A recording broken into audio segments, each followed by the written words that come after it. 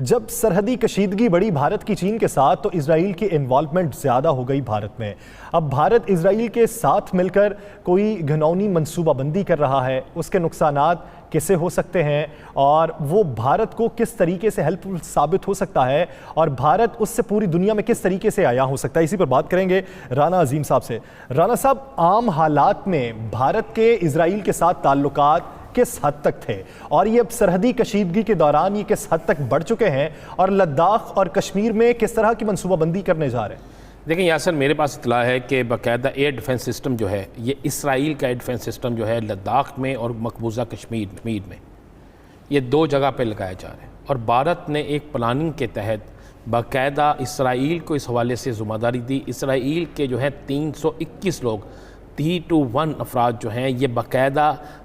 یہ رپورٹڈ ہو چکا ہے کہ یہ لوگ اس وقت بھارت کے اندر موجود ہیں، اور اگلے چند دنوں میں پہلے لداخ کے مقام پر یہ سسٹم لگایا جائے گا، اس کے بعد مقبوضہ کشمیر میں لگایا جائے گا۔ ان دونوں سسٹم چونکہ اسرائیل کا پاس یہ بڑے جدید ترین سسٹم ہے، اور اس میں باقاعدہ امریکہ کی مشاورت شامل ہے، امریکہ کی رضامندی، امریکہ کی اس میں انویسٹمنٹ، یہ دونوں چیزیں شامل ہیں، کیونکہ بھارت اور اسرائیل جو ہے یہ آج سے نہیں، یہ بہت عرصے سے ان کا گٹھ جوڑ موجود ہے، چونکہ یہ دونوں اسلامی دنیا کے خلاف ہیں، یہ دونوں جو ہے اسلامی مذہب کے خلاف ہیں۔ تو اسرائیل جو ہے وہ ڈائریکٹ کچھ کر نہیں سکتا تھا، اور بھارت جو ہے اس نے اور نے آپس میں گٹھ جوڑ کر کے امریکہ نے بیچ میں اپنا کردار ادا کیا، اور اب انہوں نے یہ فیصلہ کیا ہے کہ چائنا کے خلاف جو ہے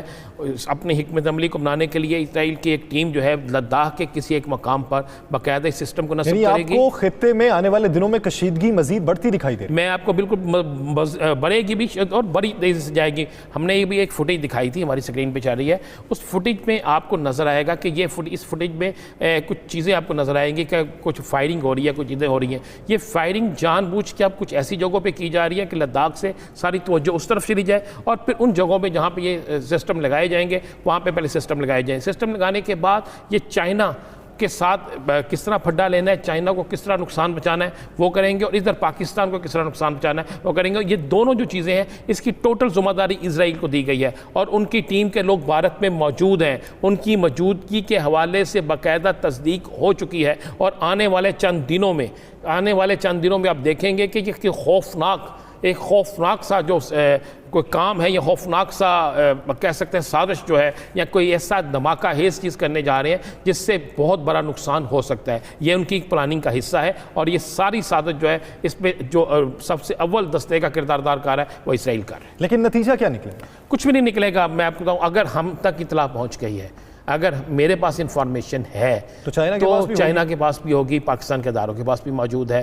وہ لوگ کہاں ٹھہرے ہوئے ہیں، انہوں نے کون سا سسٹم لائے ہیں، سسٹم کس جگہ پہ لگے گا۔ کل ہم باقاعدہ اپنے پروگرام میں ایک ان کے بھارتی جو فوجی ہیں جس کو لداخ میں رہتے ہیں اس کی گفتگو بھی سنا دیں گے۔ اگر آپ کہیں گے تو کل ہم اپنے پروگرام میں وہ فوجی بھی دکھا دیں گے جو سامان لے کر جا رہے ہیں، تاکہ ان کی ساری چیزیں بالکل عیاں ہو جائیں، اور ان کے جو پلاننگ جو پروگرام ہے وہ بھی انشاءاللہ فلاپ ہو جائے گا، چونکہ بھارت اسرائیل یہ گٹھ جوڑ ہے، امریکہ اس میں جو ہے ان کو اوپر جس سے کہتے ہیں نا بڑے کا رول ادا کرنا وہ کر رہا ہے، اور یہ ساری ایک سازش ہے چائنا اور پاکستان کے خلاف، اور چائنا اور پاکستان کے خلاف اس سازش کو انشاءاللہ چند دنوں میں یہ ناکام ہو ہی جانی ہے۔ لیکن